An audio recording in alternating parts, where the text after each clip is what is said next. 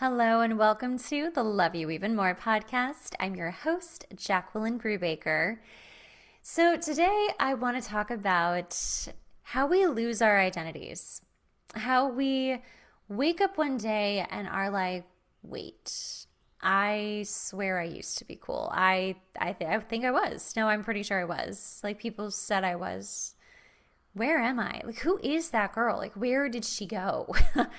And it's something I've been really thinking about recently too, as I just graduated from grad school and just the journey of being in school for 4 years and grinding so hard and then finally coming out the other end, gross, as an actual, marriage and family therapist. It's something I've wanted to do since all the way back in college and waited till I was older and wiser and feeling really ready to take on such an incredible role, while also doing a ton of creative pursuits myself and having businesses, obviously having the podcast. I really have dipped my hand in so many different things and been successful at things as I was going, but I always knew I wanted to be a therapist. So I think I'm going to start here where we know ourselves as the version of us that we kind of aspire to be one day.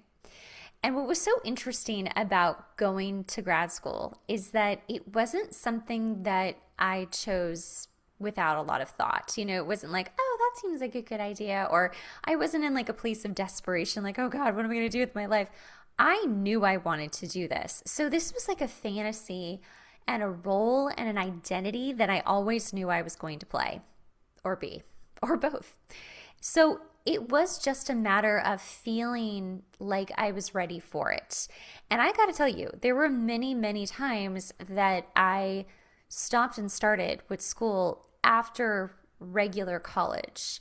I would go for like maybe a few months and grab some more credits, and then I would stop because something else would come up, something in like at the time I was doing a lot of hosting, and I was hosting a Food Network show, or not a Food Network show. I was on the Food Network, but I was hosting a food show that I wanted on the Food Network. And it was just really odd because I was this food host and I had been this musical theater girl and I was wanting to become a therapist. Like very different kind of things, right? Just very kind of different roles. And when we think about our identity, it's, kind of who we think we are at that time, but also who we like fantasize ourselves to be, right? Like, oh, I could become her. So when I finally got to the place where I was like, okay, I'm ready to become therapist Jacqueline, it was a very real moment during the pandemic. And again, it was not out of desperation. But I did see the writing on the wall for the entertainment industry, which is collapsing at our feet, and it's very weird, very traumatic. But I also just knew that it was time in general. Like I was at an age where I had learned some stuff and I knew some stuff about myself, and I was really ready to change and shift gears into this role. So I do that, right? I go to school. I completely immerse myself in school. I love it. At the same time, I'm still auditioning all the time for acting, going out for stuff. I'm booking stuff. I'm still the identity of like a performer. I'm still doing the podcast, so I'm still the identity of a host. And I am also becoming the identity of a therapist. And somewhere along the line, I don't know, well, I kind of do think I know when this happened. I sort of lost my sense of style, which is a part of our identity, right? I kind of just went from this cool LA girly who was in the music scene for all of her 20s and early 30s, who wore like her leather jacket and was like wearing it all black and just very cool, like very LA music industry hip. That was me. It really was me, not even a role, just that was me. And I met someone in my early 30s that I had a relationship with, who was the incredible opposite of this. And I hope that you're catching what I'm putting down here. This is all about identities, right? I met someone who was the incredible opposite of me, like the absolute opposite of me.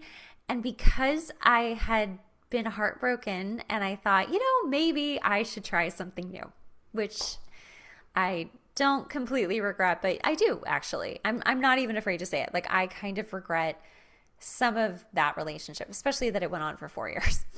So I learned a lot, which is good. As long as we get the lessons, it's worth it. But if you don't get the lessons and you just get the pain, it's not good.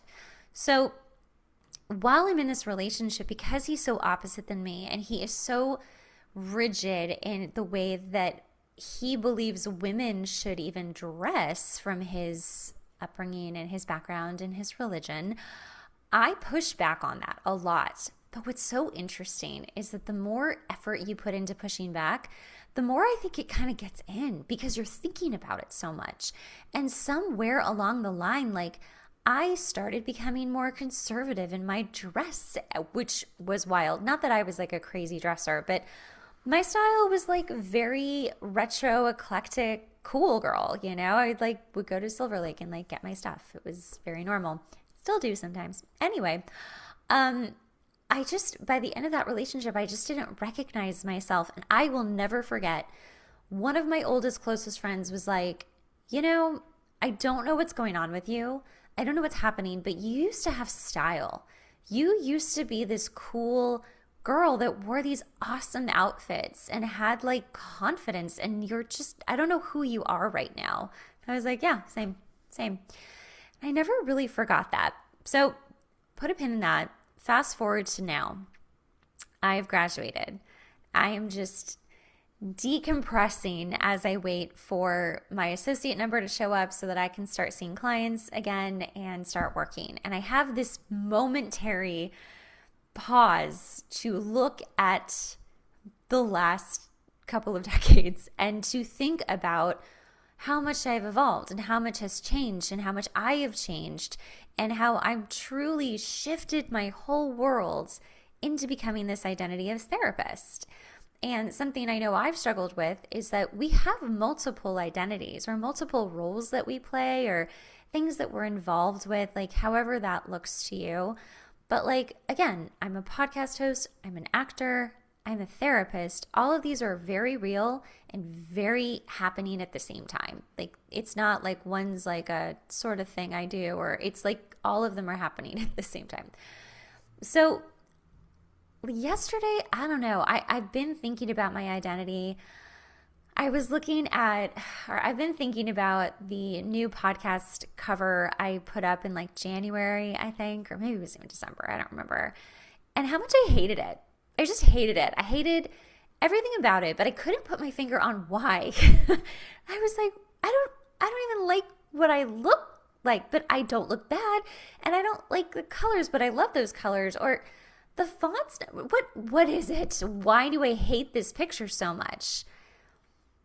And then last night, I did what you usually do during Mercury in retrograde, which is go look at your exes.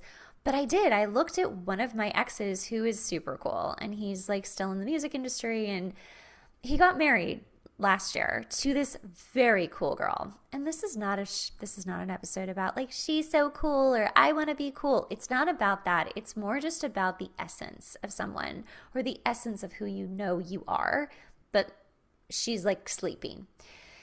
And I looked at his new wife and I was like, she's stunning. He looks so happy. They look so perfect for each other. I was like genuinely just so happy for them. But there was something about the aesthetic of her and the wedding and the clothes and all of it. And I was like, that's exactly what I would have done. And I don't know what happened, but something reminded me of who I am that kind of has gone missing for a good 10-ish years. Like, that seems severe, but I'm not kidding. It really has been missing for about 10 years. And this is not about going back to someone I used to be. It's more about inviting that essence of who I already am, but like the 2.0 version, right? Because I don't want to go back to who I was in my 20s. That would be so weird. Like I'd be going backwards. I'd be dressing like I did in my 20s. Like that's so odd. Like style doesn't even do that. Like we don't repeat that quickly. And I also wouldn't want to be her anymore. She was a cool girl. Like I liked me in my 20s, but also there's a lot of that that's just not me anymore. I just grew up, right? We grow up. And so as sad as I felt with seeing like this girl and the aesthetic and it just reminded me of me, and I was like, where did I go to? Like, where am I? It actually kind of woke me up. It finally, I think, was that like click that I needed. And this morning I woke up and was like, I'm going to change my podcast cover. And I know it doesn't sound like a lot, but I did. And it's fucking hot. And for all of the years that I was trying to be so conservative and so kind of, cookie cutter or whatever the fuck I was trying to do, whatever subconscious programming that was still stuck in my head was trying to make me do, I was like, no, I am a young, hot woman who literally will not be this age the rest of my life. I will not look this way the rest of my life. What am I waiting for? Who am I waiting for? Like, what am I doing playing it so safe? Okay, so here we go. I put up the new cover. All I get from women, tons of women are like, holy shit, I love this cover. I want that dress. Oh my God, this is so hot. You look fire. Like, it is amazing the response I'm getting from women. None from men so far. It's a new post. But from women, and I'm like, did I just give you guys permission as well to go ahead and be the hot lady? I'm going to say hot lady because it's dorky and I'm a little bit dorky. But it's like, did I do that? Did I just give you guys permission as well to post a picture like that? To make your podcast cover that, or your album, or your book? I mean, seriously? One thing I absolutely know for sure is the reason that I started to dim my light and shut down my style and become conservative in my aesthetic is out of safety. And that is why so many people stop being who they actually are and lose their identities. There's a few different things. I'm going to get into it right now. So the first thing is people pleasing. Yuck. That's gross. Who wants to still be a people pleaser at any age? But especially the older we get, the more we're just like, I don't have the fucking bandwidth to people please anymore. And especially ladies, whoever's in perimenopause, it's like, no, I have no more patience for idiots or for anyone who wants to make me feel bad about myself. No, I have no more fucks given. So the more we people please, the more safety we feel, the more kind of in control we feel, even though we're controlling ourselves. It's a way to feel adopted into a community. It's a way to feel okay and very safe with other people's ideas of what we should be or look like. And a lot of women have had men and women tell them what they need to look like in order to be accepted into the community, society, whatever that looks like. We could look at all kinds of cultures, right? We could look at like the Amish culture and be like, you have to look a certain way. You literally have to, or else, sorry, you can't live here. Or we can look at like the extreme of that and, look at like adult sex workers. If you didn't wear a certain look, you wouldn't actually know you were probably a sex worker. Maybe not. I don't know. Don't know that much about that industry. But, you might be looked odd at if someone was like, why are you wearing a floral dress that covers up everything? Do you know your role? And it's all about roles, right? It's the roles we play externally. So the people-pleasing aspect, whether that was your parents or your husband or your boyfriend or your sister or your school or your culture or any of that, right? We do it to feel safe, to feel included. And the moment that we feel tiny and we don't feel like we can speak up or we can change the outfit or the identity into something that feels more like us, the immediate fear of will I be accepted or will I be shunned instantly comes up. And it sucks. And that's why a lot of us conform to being who we're around. Or we see someone who has an amazing life that we're around and we think, oh, I'll just be like them. I'll dress like them. I'll talk like them. I'll be them. And that doesn't feel good either because you're not them. Even if you're similar, you're still not them. The other way that we lose our identities is, this is for women or my single dads out there. We lose our identities because we become mothers.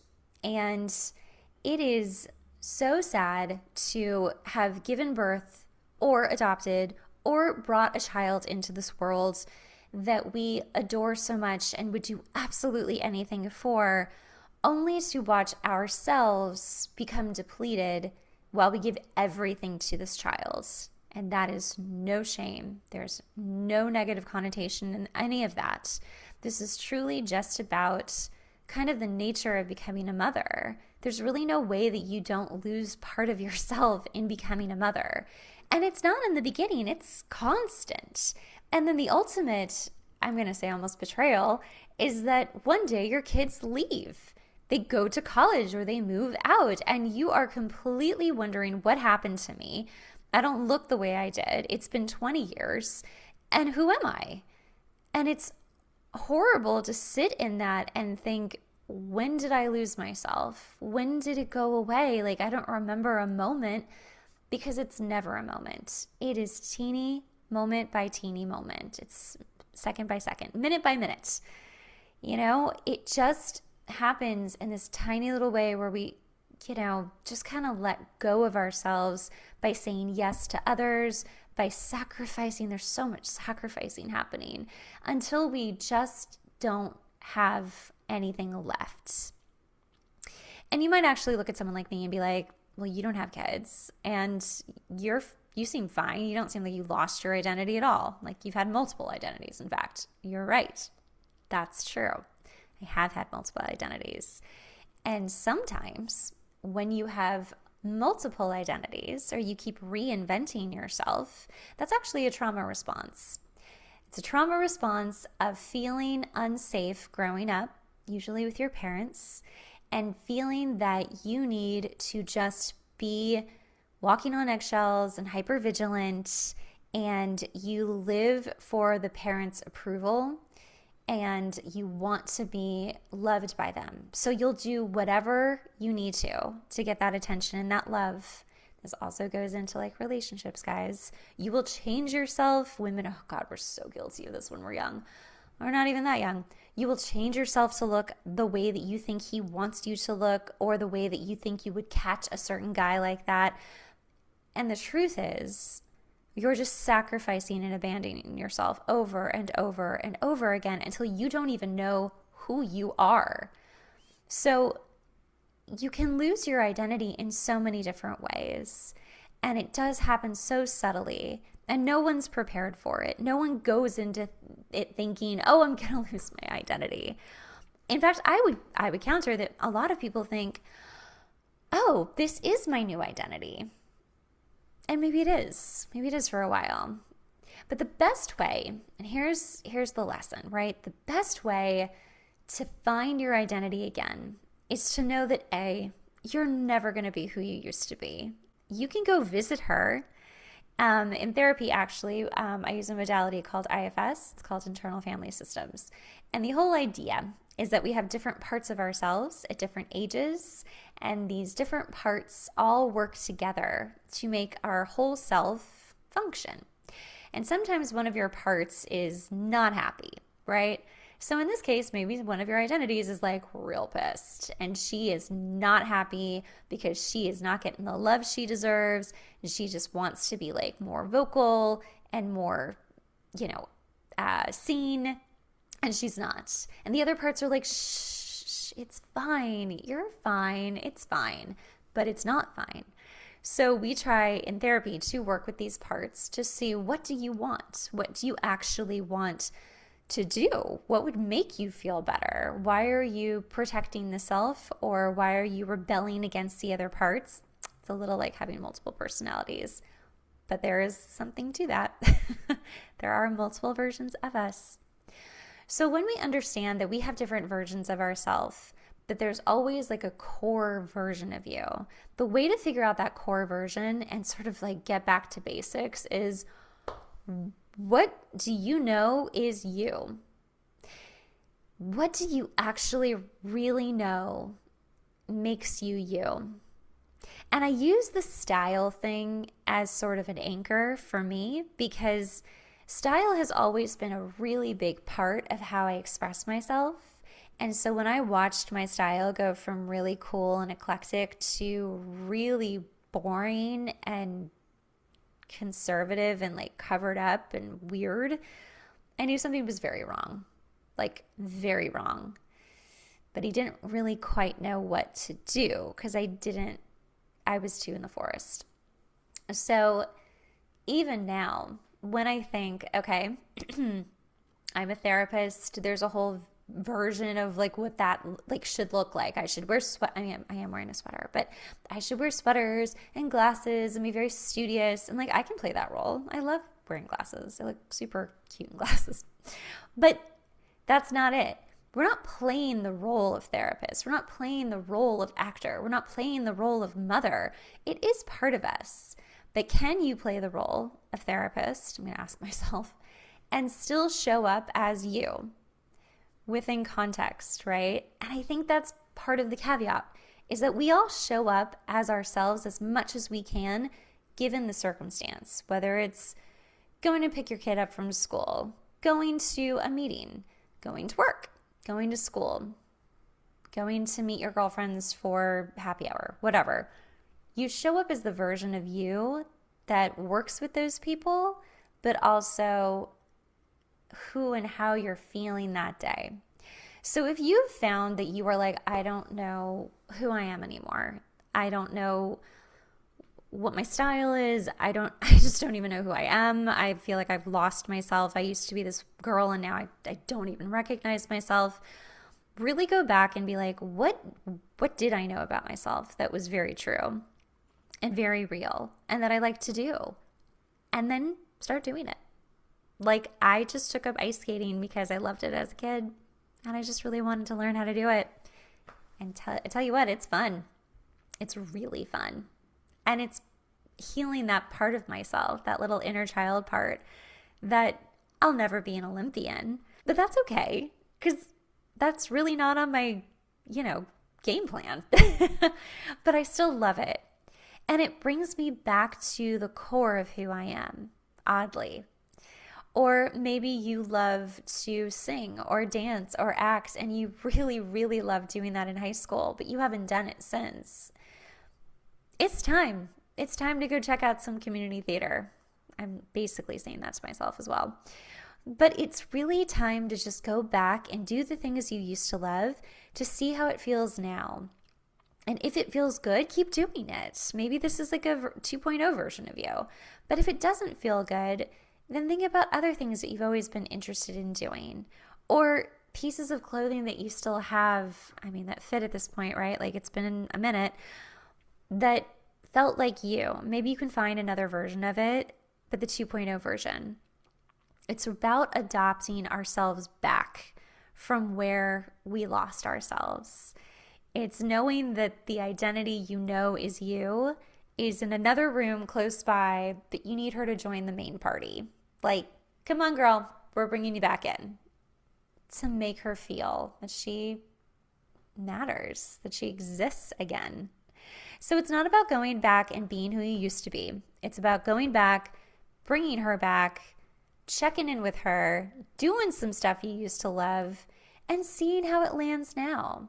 Because it will give you information. It will tell you which direction to keep going in or to pivot into. And it will help you figure out, who am I at this 2.0 version now?